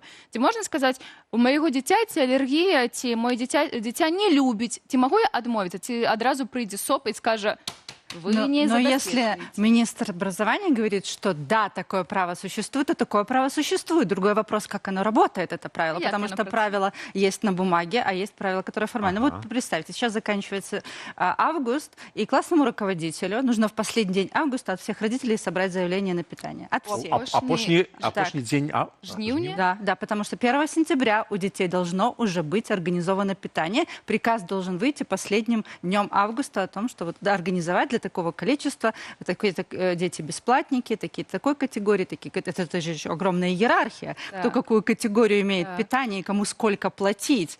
Поэтому это вот такой пласт работы. Представляете, тут один... Треба зафиксовать неяк, да, так? И вот в этот момент, когда классный руководитель обзванивает, собирает, судорожно просит эти заявления, вдруг кто-то говорит, а я не хочу питаться. И вот это вот кола, эта машина должна... Он несе заяву, заява ідзе, ну, і дай Боже, і каб так дальше, далі. Да. А дарэчы, я памятаю, што ёсць зафіксаванае такое правіла, што абавязкова павінна быць арганізаваная гарачая ежа для дзяцей, то бок ну, не вельмі ўлічваюцца нават гэтыя гнуткі. Ну, ведаеце, бываюць у розных сем'ях розныя сітуацыі. Гэта не заўсёды пра нейкія ўразлівыя групы. Бывае, што ну вось сёння вось такі разрыў у бюджэце. То бок нельга адмовіцца нават на, напрыклад, 2 месяцы не будзе дзіця. Дзіця пасля бальніцы, напрыклад. Ну, нельга яму есці ў вашыя гэтыя супы і пюрэ. Ну, вось... Заявление принимается в начале года и на весь год. У жніўні. Так. А калі дзіця вырашыў, што котлеты полюбіў, так само і вярнуцца не можа да гэтага. Падаецца, усе мы ўсё разумеем, нават Міністэрства адукацыі, Міністэрства аховы здароўя разумее, але нічога зрабіць не могуць. Ну, спадзяемся на гэтую новую рэформу. Я так разумею, што ў 2023 яны зразумелі, што ёсць рэчы, якія не едзяцца, трэба нешта рабіць. У гэтым годзе будуць спрабаваць, ці вылічыце, ці можна ўсё ж такі... Ці пожадаем мы им поспехов у этой справе? Давайте. Конечно, пожадаем поспехов. Я надеюсь, что когда-то услышат, и у детей хотя бы будет выбор, что кушать. Да, они как... Вот сейчас сюжет был интересный, что в тюрьме, у меня тоже аналогия произошла. У детей в школе тоже нет выбора, что кушать, к сожалению. Хотя бы 2 выбора, это уже было бы хорошо. Дякую вялікі. Дякую, Тацяна, вялікі. Настаўніца матэматыкі. Дарэчы, я скончыў амаль скончыў матэматычную школу. Былая класная кіраўніца, настаўнік года 2023 Тацяна Крапіневіч была ў нас у студыі. І агульны вывод, нават, ну хай хаця б у дзетак у нашых будзе нейкі выбар у Беларусі, калі гэта вось пра ежу. А мы з вами ідзем далей. Піт Паўл распавядзе, як калі вы там з дапамогаю сталоўкі, напрыклад, вы схуднелі, але ж ну цягліцы нам патрэбны. І у сваёй мацоўні Піта ягоны гость Павел Свердлов, наш калега, былы галоўны рэдактар Еўрарады, ён схудаў ажно на 8 кілаграмаў. І давайте паглядзім, як гэта выглядае. Прывітанне, гэта мацоўня Піта. Я Піт Павлов, мне 59 год. І тэмай сённяшняга нашага выпуску будзе хуткае пахуданне, здзейсненне мары кожнага з нас. І мой гость сёння Павел Свердлов. Прывітанне. Павел за кароткі тэрмін здзейсніў мару кожнага з нас. Ён скінуў 8 кілаграмаў, а можа на гэты момант і 10 кілаграмаў вагі. І зараз мы даведаемся з першакрыніцаў, як ён гэта зрабіў. Так, ну першая матывацыя, стаў на вагі, пабачыў лічбы, зразумеў, што мне з гэтай лічбай некамфортна, і я буду лепш адчуваць сябе, калі вагі будзе менш. Далей, лета, есці хочацца менш, шмат спорта, ровар, мацоўня, менш кавы і салодкага, і больш актыўнасці. Вось так прыкладна все это адбылося. То бок ніякай магіі, все вельмі проста. Дысцыпліна і жаданне. Каб не сыходзілі цягліцы, абавязкова трэба падтрымліваць сябе фізічнымі практыкаваннямі. І гэтае самае простае практыкаванне я вам сёння пакажу. Першае практыкаванне мае назву ладдзя роспачы. Кладзешся. Галоўнае, каб вось тут не было адлегласці. Прыціснуцца хребетнікам да падлогі. І зрабіць ладдзю. Ногі разам. Вось так. І праз 30-40 секундаў з'явіцца на твары роспач. Я ўжо адчуваю, ўжо ёсць крыху. Ладдзя роспачы. Я ўсё. Я застаюся сутулым. Пераходзім да другога практыкавання, так званая ягадзічная планка ці ягадзічная цяга. Як Паша сказаў, ягадзянка. Згінаем калені і уздымаем таз угару. І ў верхняй кропцы сціскаем моцна ягадзіцы. Ну, гэта мне больш падабаецца, чым ладдзя роспачы. Самае істотнае – гэта менавіта цягліцы спіны. Больш простыя аўстралійскія падцягванні. Больш простыя, да? Гэта трэба будзе як кенгуру скокаць. Ці гэта трэба будзе перавярнуцца, ведаеш, як аўстралійцы, яны ж ходзяць па столе, там знізу, і падцягваюцца сверху ўніз. Хутчэй, як вось гэтыя беларусы Аўстраліі. Хутчэй, як яны. Все роўна свае. Свае, менавіта. Пажадана не падбароддзям, а грудзямі. Ці спрошчаны варыянт, спрошчаны, можаш сагнуць калені таксама.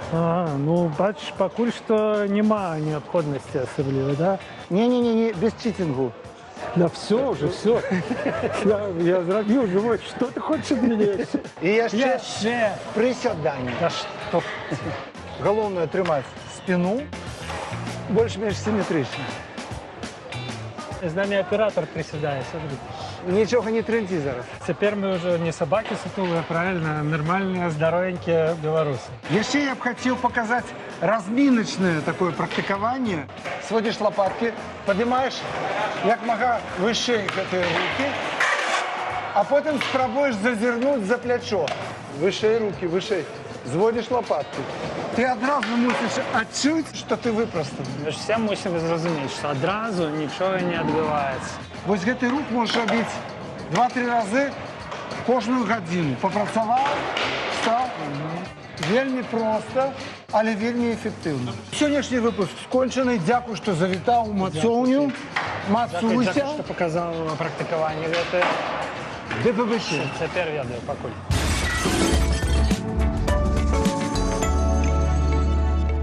Ужо мінула 10-я гадзіна у Мазыры, у Гомлі, у Магілёве, у Касцюковічах, у Полацку, у Сянно, у Шчучыншчыне. Нават у Менску мінула, ды па ўсёй Беларусі. І гэтая новая гадзіна эфіру пачалася ў студыі «Раніца з Белсат». А мы нагадаем пытанне дня. Якія харчовыя траўмы пакінулі ў вас садоўскія, школьныя або армейскія сталоўкі? А можа, наадварот, менавіта ў сталоўцы вы скаштавалі ежу багоў і рэцэпт стравы адтуль вы паўтараеце і цяпер. Только ласка, пишите, что любимое, что нелюбимое, как мы разумели. Бо мы бачым, что у нас есть розныя меркаванні. Одну і ту ж манную кашу можна любіць ці не любіць. Як гэта можна любіць манную кашу, Катечка? Лыжачкай бярэш, так яе. Ай, нічога ты не разумееш. Дома. Калі ласка, ставце, калі ласка, падабайкі, званочкі. Калі чуеце, што кажа нехта нешта добрае, а калі нехта кажа усялякую незразумелую... Пра данаты скажы. Скажы. Ну ты скажы. Ты скажы. Я не буду прасіць грошы ў гледачоў. Я гледачоў паважаю вельмі. Верыць. Давайте, сам хочаш грошы? Данаты, там данаты ёсць. Ну гэта не пра грошы, гэта пра тое, што гэта таксама пашырае наш ахоп. Гэта прыемна і цікава заўсюль. А пакуль распавядзем вам гісторыю цікавага беларускага мастака і ягонай творчасці, якая усплывае па ўсім свеце. Чаму усплывае, калі ласка, паглядзіць.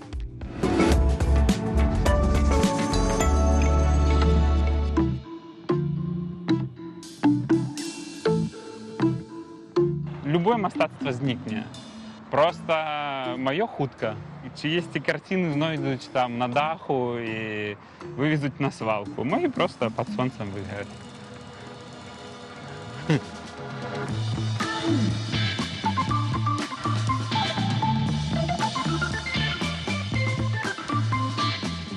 Можна падумаць, што гэта нейкі беларускі след і што гэта турэмная траўма.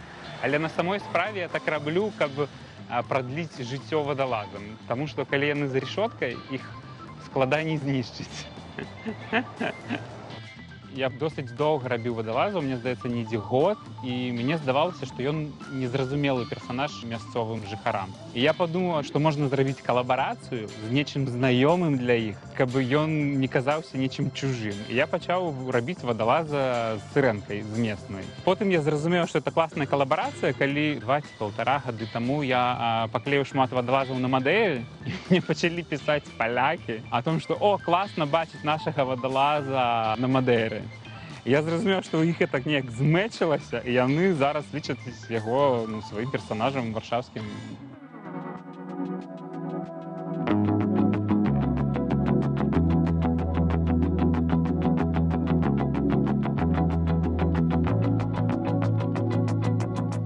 Гэтага вадалаза мы рабілі разам з амерыканскімі сябрамі. Я пазнаёміўся тут з 2 журналістамі, якія жывуць на Праге, і прыехалі адзін з горада Нью-Йорка, а іншы, вось не памятаю адкуль. Мы пасябравалі, і неяк яны прапанавалі мне пахуліганіць разам, і мы ноччу яго тут усталёўвалі не так даўно. Так што можна сказаць, што гэтага вадалаза мы рабілі з амерыканскімі агентамі. А ўвогуле, калі Вісла яшчэ больш абмілее, хацелася бы вось на той апоре пешаходнага моста зрабіць вялікага вадалаза з сырэнкай местнай.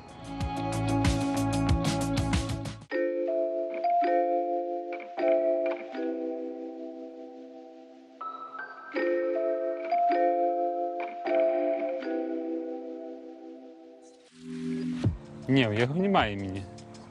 Нават невядома, хто там. Гэта ж касцюм. І гэта можа быць хто заўгодна. Уночы я прыйшоў, круціў гэтыя шрубы, а ў дзень, каб адзняць працэс монтажу, я прыйшоў ранкам і усталяваў непасрэдна сам малюнак. Было шмат бегуноў, людзі спыняліся, пыталіся, што за яно, здымалі на памяць. Ну і вось ужо 2 дні прайшло, стаіць, спадзяюся, што спадабаўся. У прынцыпе, зараз вадалаз увасабляе ў сябе гэтага эмігранта, які апрануў на сябе гэты абарончы касцюм, якім ён абараняецца ад навакольнага свету, ад людзей, ад незнаёмасці. І яны плывуць, усплываюць у розных гарадах, краінах. Место преступления лучше покидать быстро.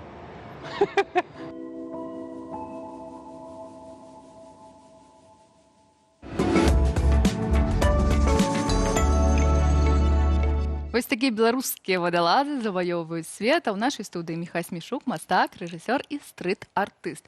Міхась, вітаем. Пытанне. Привет. Чаму вадалазы? Менавіта вадалазы. Адкуль узнікла гэтая ідэя? Ну, водолаз это как защитный костюм, в котором... Мы ведаем. Который тебя прячет от внешнего, агрессивного, незнакомого для тебя мира. И я их вообще начал делать еще в Минске. В 2013 году я в тот момент заканчивал Академию искусств, и у меня был странный период в жизни. Я вообще не знал, куда себя применить и что будет в жизни вообще дальше. Я гулял по городу, и чтобы справиться со стрессом, с непониманием, что будет дальше, я делал дома рисунки и клеил их в городе, рисунки водолазов. И в тот момент это был я в защитном костюме, я как человек в футляре. Футляром в данном случае был водолазный костюм, да. И я оставлял как послание себе в городе для того, чтобы город становился более знакомым, более понятным, как создавал фактически карту для себя, присваивал себе пространство окружающее. Особистое асяроддзе. Ну да, да. цікава. Потому что очень было... Ну, я не понимал, что меня ждет дальше, и как мне с этим справиться. И в данном случае водолаз мне помогал освоиться в этом незнакомом мире. Я поклеил их где-то 1,5-2 года, и жизнь наладилась, я благополучно забыл свое непонимание, и забыл про этого персонажа. А в эмиграции это состояние незнания того, что тебя ожидает дальше, оно вернулось, и водолаз мне помог справиться с этим непониманием. Но сейчас у нас таких людей достаточно много, кто вынужден был эмигрировать там, из-за событий 2020 года, из-за войны, по другим каким-то причинам. Но и сейчас фактически это каждый иммигрант, и водолаз, мне кажется, сейчас символизирует иммигрантов, которые плывут в этом течении жизни и всплывают в разных городах, странах и защищаются от внешнего мира, надевая свои какие-то костюмы защитные. Мы ўсе крыху вадалазы зараз. Так, ёсць і тыя, хто з'ехаў, тыя, хто застаўся ў Беларусі. Агулам, як успрымаюць людзі? Гэта як мастацтва ці ўсё ж такі як вандалізм, бо ёсць гэтыя налепкі? Людзі і дзяржава. Вось так, давай. Не знаю, но есть разные люди. Есть люди, которым не нравится, есть кто в восторге, есть кто пишет поддержку какую-то, какие-то хвалебные комментарии. Есть, конечно, и негативная реакция. Но это нормально, всецело нормально, потому что люди все разные, и нравятся им абсолютно разные вещи. Кому-то нравятся, не знаю, громкие автомобили, а кого-то они бесят. Кому-то нравится шить крестиком или готовить дома, а кто-то терпеть этого не может. А с пункта гледжання закону? Штрафы. Ці былі штрафы за гэтую дзейнасць? Нет, пока что не было. Я достаточно осторожный человек. Хотя, как бы, несколько раз были смешные ситуации. Даже здесь, вот под мостом Свентакшистским, я приклеивал большого водолаза с русалкой. И в этот день был матч национальной сборной Польши. И ко мне подъехал бус, вышла полиция. И в этот же самый момент ко мне подошли английские журналисты, которые снимали сюжет про уличную моду. И полиция подумала, что так все и должно происходить, что так и задумано. Как бы они подошли, посмотрели, поняли, что все в порядке, и ушли. Это концепт, так, вы не разумеете, это концепт. Вось гэта галоўны вадалаз, я так разумею, з Варшаўскім. В Варшаве, да. В Варшаве, наверное, это главный. Вообще, я просто около года клеил здесь водолазов, и мне казалось, что это какой-то непонятный, незнакомый символ для местных жителей. А як гучыць Михась клеіў водолазаў? Вот. И в какой-то момент я подумал, а почему бы не сделать какую-то такую коллаборацию с местным символом, чтобы это стало более понятным, чтобы завлечь, скажем так, аудиторию. Я вот попробовал сделать с русалочкой, ну и получилась такая вполне... А калі б мы былі ў Менску, з чым і ці з кім быў бы водолаз? Ой, сложный вопрос, не знаю. Не знаю даже. То есть дам вам час подумать. Скарыну трымаў бы водолаз. Скарыну? Францыска Скарыну трымаў бы вадалаз. Вось так бы гэта Крыжі было. ў Расіні Полацкай заўсёды можна знайсці. Вось так. Дарэчы, у нас было пытанне вось пра штрафы, пра вандалізм. А што вы, як стрыт-арт мастак, ўсё ж такі лічыце вось гэтай мяжой, якую нельга перакрочыць, ну, я не ведаю, мабыць, графіці на жылых дамах, ці вось малюнкі спадара Кузьміча. То бок тое, што ўжо не пра мастацтва, а пра шкоду. Здесь очень сложно провести грань.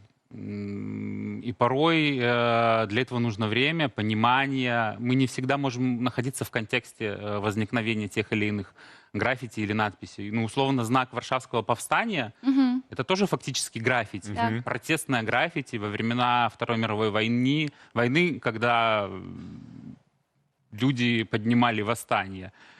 Ну и с точки зрения, условно, оккупационной администрации, это вандализм, и нужно наказывать. Если не понимать контекста, это тоже вандализм, потому что это изрисованные дома. Но как бы это же имеет смысл. Бэнкси. Бэнкси — это все ж таки Ты мастацтва. наш беларуска-польскі Бэнкси, нет? Бэнкси, гэта мастацтва. Так. А, дарэчы, можна вось зарабіць, як вы лічыце, у перспектыве стрит-арт мастацтва, мастацтвам, якое... Можно, конечно. Такое часовое, Это уже познавальные да. Не, можно, я и пытаюсь как-то это монетизировать, продаю рисунки, нашел какую-то форму для себя, удобоваримую, которую мне нравится делать. Я продаю рисунки, фактически вот эти рисунки, которые я клею в городе, их можно приобрести себе. Я их оформляю, в Варшаве можно оформить в рамочку, я могу... За стоимость рамочки. Очень выгодное предложение. Ну, в другие города просто я какие-то высылаю инструкции, ну и люди, кто-то оформляет, кто-то не оформляет, кто-то клеит просто на себе на стены. Ты неяк зрабіў падпольнае біеннале у Венеции. Подпольное биеннале у Венеции. Что тогда было? Ну, как бы в Венеции раз в несколько лет проводится ярмарка современного искусства. И там есть официальные павильоны, есть неофициальные павильоны, у кого есть средства, арендуют пространство, делают свои какие-то выставки. И это большая ярмарка международная, туда приезжает куча людей, куча кураторов, художников. Это огромное событие. Я подумал, что я тоже хочу в этом поучаствовать. Но как это сделать, я не знаю. Но потом подумал, что как, не знаю, ну, я могу поехать, не брать никакого разрешения и просто сделать интервенцию в самом городе. Почему бы и нет? Я подготовил какое-то количество водолазов, я сделал коллаборацию с местным символом, с крылатым львом. Ну и поехал, купил билеты. Символ Венеции. Да, и поехал, и мы с моей девушкой там пробыли 2 дня, приклеили 56 водолазов в разных местах. Венецию я не увидел абсолютно, потому что все время заняло... Ваши стены, так? Ну да, нужно было найти места... приклеить, сфотографировать, снять видео. И это все 56 раз. И это был просто такой невероятно, наверное, экспириенс. Я давно так не напрягался. Цікаво. Мой мозг после 2 дней просто перестал работать. Но как бы я сделал такую интервенцию смешную. Где хутка яшчэ з'явяцца вадалазы твои? Мабуть, некую краіну адвезці. Нямецчына. Ну, мы переезжаем, да, мы переезжаем в Германию сейчас. Ну, да. Они будут всплывать в новых городах. А сейчас у меня осталось какое-то количество достаточно больших водолазов. Я их сейчас в варшавских водоемах вставляю. Вельмі, гэта вельмі, вось мы сюжэце побачылі. Дасылка, мне падаецца, гэта нейкая дасылка да Леонардо да Вінчы, Мадонна з немаўлём. Ну, погляди. А гэта чалавек, вось гэты... Гэта чалавек. Это Франкенштейн. Франкенштейн. Потому что он из остатков... Я просто поддерживаю их в надлежащем состоянии водолазов в городе и хожу и реставрирую. И у меня остаются кусочки. И вот из этих кусочков я дома выклеиваю вот таких Франкенштейн. Франкенштейн, слухай. Да рэчы, гэта кавалачкі такія былі, так? Сапраўды мастацтва, то бок, калі ласка, калі вы хочаце, каб у вас дома быў сапраўдны вадалаз, калі ласка, замаўляйце. Ну, вы ўжо дамаўляецеся з мастаком. Міхай Смешук, аўтар беларускіх вадалазаў, спадар вадалаз, спадарыня Ундзіна. Сірэнка. Сірэнка, дзякую вялікі, што завіталі. Мастак і рэжысёр, аўтар беларускіх вадалазаў, якія спакваля захопліваюць ці ўжо захапілі свет, мабыць. Сапраўды. Сябры, возьмите, калі ласка, свае нататнікі і записывайте, бо зараз будзе карысная інфармацыя гэтай імпрэзы ў гэтыя выходныя, якія варта наведаць у Беларусі. У цэнтральным батанічным пройдзе першакласнае свята. Прынамсі, менавіта так яго называюць самі арганізатары. У суботу і нядзелю пляцоўка будзе працаваць з 10 до 20 гадзіны. Так што можна будзе прабавіць у садзе хоць цэлы дзень. Самое свята прысвечанае развітанню з летам і пачатку навучальнага года ў школьнікаў, хаця чакаюць не толькі іх, але і зусім малых дзяцей разам з бацькамі. У праграме анімацыйныя шоу-праграмы, развіццёвая кідс-зона для немаўлятаў, выступы дзіцячых калектываў, прысвячэнняў першакласнікі, паказы мод, пеннае шоу ды холлі-вечарынка. А ў Дукорскім маёнтку ў Пухавіцкім раёне сёння ладзяць дзіцячы дзень пад назвай «Чароўны свет дзяцінства». Падзея мае надзвычай насычаную праграму на любы густ і ўзрост. Тут навуковае шоу, выступ дрэсураваных сабак, пенная вечарына, батлейка, урок магіі ды многае іншае. Па-за межамі праграмы, калі, канешне, знойдзеце час, можна наведаць перакулены дом, заасад, прайсці паласу выпрабаванняў вяровачнага мястэчка, зрабіць яркі аквагрым. І ўсё гэта ўваходзіць у кошт квітка за 35 рублёў. А ў Зэльве, адным з самых маленькіх раённых цэнтраў гарадзеншчыны, ў суботу пройдзе ганінскі кірмаш, вядомы ажно з 1721 года. Пачатак яму паклаў прывілей караля Аўгуста II Моцнага, выдадзены Антону Казіміру Сапегу. Зэльвінскі кірмаш лічыўся сярод беларускіх купцоў найважнейшым пасля ляйпцыгскага. Гандлявалі амаль усім, але найперш коньмі. Традыцыі гэтага кірмашу штогод ажываюць у сучаснай Зэльве. Сёлета гасцей чакае маштабная культурніцкая праграма, касцюмаванае шэсце ў стылі 18 стагоддзя і рамесныя рады. А ў бярэзінскім біясферным заказніку ў суботу і нядзелю гасцей збірае 7-й фестываль славянскай міфалогіі «Шлях цмока». Там можна будзе прайсціся па міфалагічнай эка-сцежцы, узяць удзел у тэматычным квесце або конкурсе касцюмаў, паназіраць за майстар-класамі ды выставамі. Чакаюць як дзяцей, гэтак і дарослых. Пераначаваць можна проста на месцы, кемпінгу або ў намётавым мястэчку, а пад'есці на фудкорце. Месца збору вёска Дом Жарыцы ў самым сэрцы заказніку.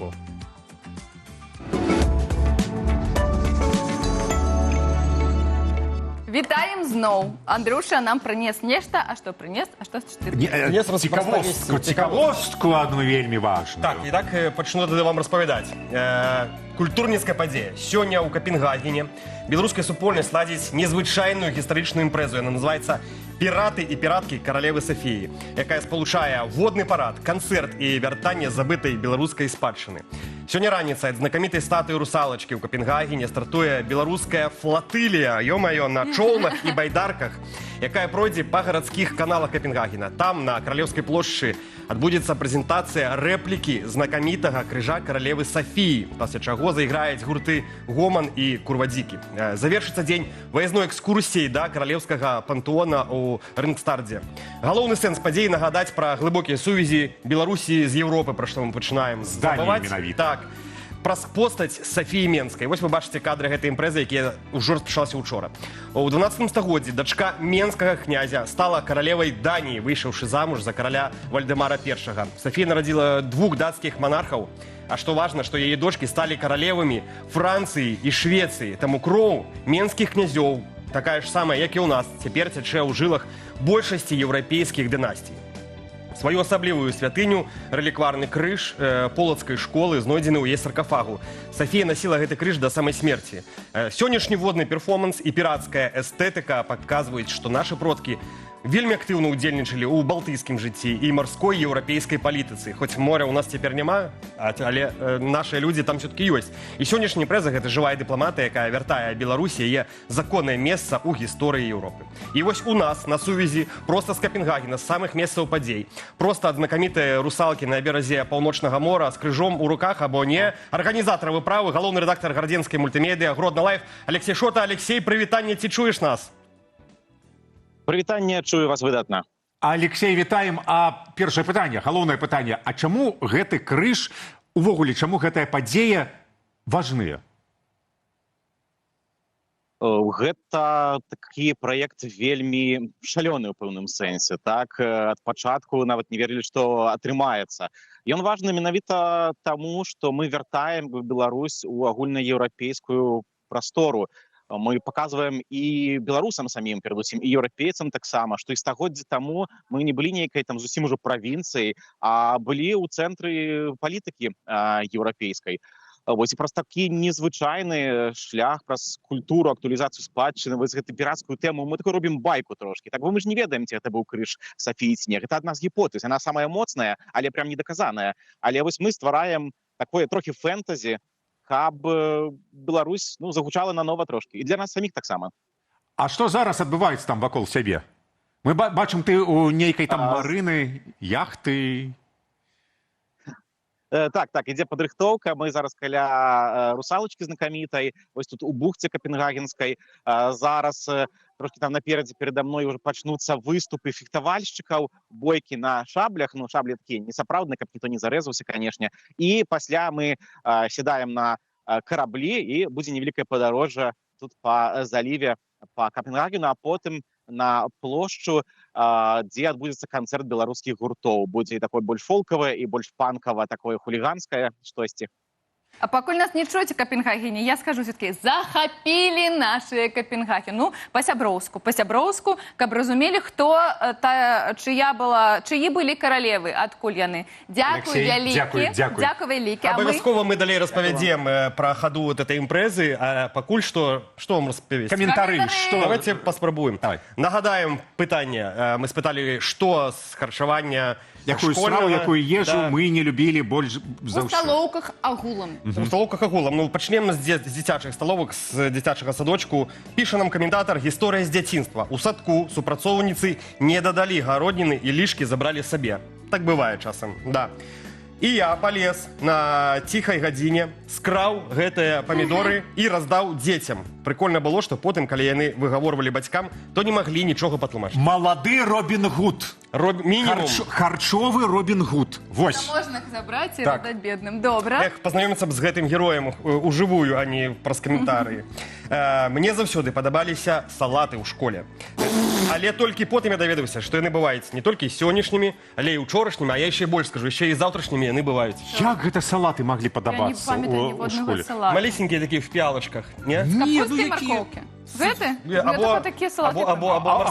Агуркі, памідоры былі, але мы заўсёды іх пакідалі на фалеру. Успаміны ў гледачоў, давайце. Ёсць. Пюрэ, напэўна, было самае лепшае з усяго меню. Бульба наша ўсё. Без варыянтаў. З сасіскай. Сасіскі. Бульба, сасіскі. Макароны, сасіскі. Гэта пра любімае, а пра нелюбімае. А па чацвергах? Нет. Не ядзім. Рыбныя котлеты. Не ядзім па чацвергах. One love. А на трэці дзень таксама быў салат, мікс з двух учорашніх. Вось, не грабовалі, напэўна. Я, калі шчыра, заўсёды малілася, бо ў школьнай сталоўцы гэты вось адкіды, яны былі на віду, я не ведаю чаму, таму што аддаеш талеркі, я ўсё глядзела, яны ўсё скідаюць, гэтыя котлеты цалкам ці сладка.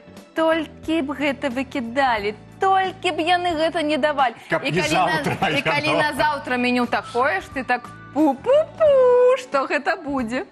Абмеркавалі яшчэ і працу школьных сталовых і супрацоўнікам. Самая цяжкая праца ў работніц школьнай сталовай, бо абкрадаць дзяцей гэта вышэйшы пілатаж. Не все так робяць. Вялікі грэх. Так, і напрыканцы народнай мудрасцю завершым. Слухайце, вось тут пытаюць пра сталоўкі. А ці шмат хто хадзіў менавіта туды? Вам што, з сабойка жарт ці што? Экономія ж. У меня в школу не было собойки, бо ее некуда класть. У тебя сменка, у тебя спортивная форма, у тебя подручники. Трэба дадаць, што твоя школа была калі? У 2000 годзе. У 21 стагоддзе. У 21 стагоддзе, так. 97. Моя школа была у 80-х. І там у 80-х. Там не было ежы зусім. Я нават не памятаю, што там было. Ніякіх сабоек не было, гэта дакладна. А яблык, мабыць, нейкі быў заўсёды у портфелі. Для мяне самое... не, давай скажи. А мороженое смачное было за 20 копеек в школе? О, в школе? Разумею, что самое лепшее было... Я вам расскажу секрет. Коржик молочный. Самое приемное было у детскім садочку, калі ты хлеб з обеду бярэш на тихую гадзіну под подушечку кладзеш, і пасля, калі ніхто не бачыць, под адеялкам гэты хлебчык паедаеш. саме кисленький. Такі. Яна ўсё ж так. Розумієте, про що я? Як кажуть, заячий хліб. Все, пакуль, вялікі. Завтра приходьте до нас так само уранці з Білсадом. І немає різниці при цій ріці, що відбивають твої зіниці, твої вилиці, тінь на твоєму лиці. Наприкінці не буде різниці, не матиме значення жодне з очей, і мовчання нічне не матиме значення, освячена кожна з твоїх речей. До побачення, ніжна моя, до побачення. Немає різниці при цій ріці, що відбивають твої зіниці, твої вилиці, тінь на твоєму лиці. Наприкінці не буде різниці, не матиме значення жодне з очей, і мовчання нічне не матиме значення, освячена кожна з твоїх речей.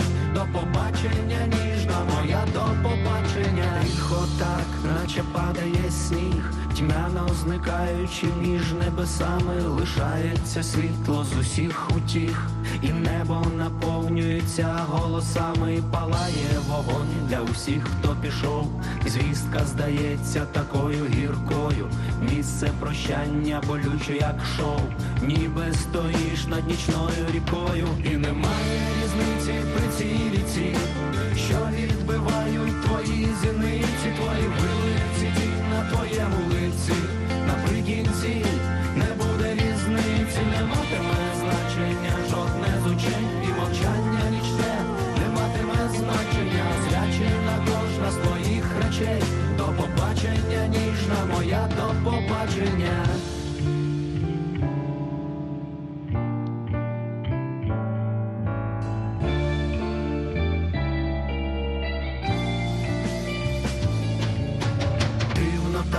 Починається рік, наче хтось переписує ріки, кожна з прописаних нами доріг тьмою лягатиме на повіки. Світло так, наче палять вогні, і течія вигорає зі споду. Все відчитається на глибині, і ступаєш у відданість ніби у воду. І немає різниці при цій ріці, що відбивають твої зіниці, твої вилиці, тінь на твоєму лиці. Наприкінці не буде різниці, не матиме значення жодне з очей, і мовчання нічне не матиме значення, освячена кожна з твоїх речей. До побачення, ніжна моя, до побачення.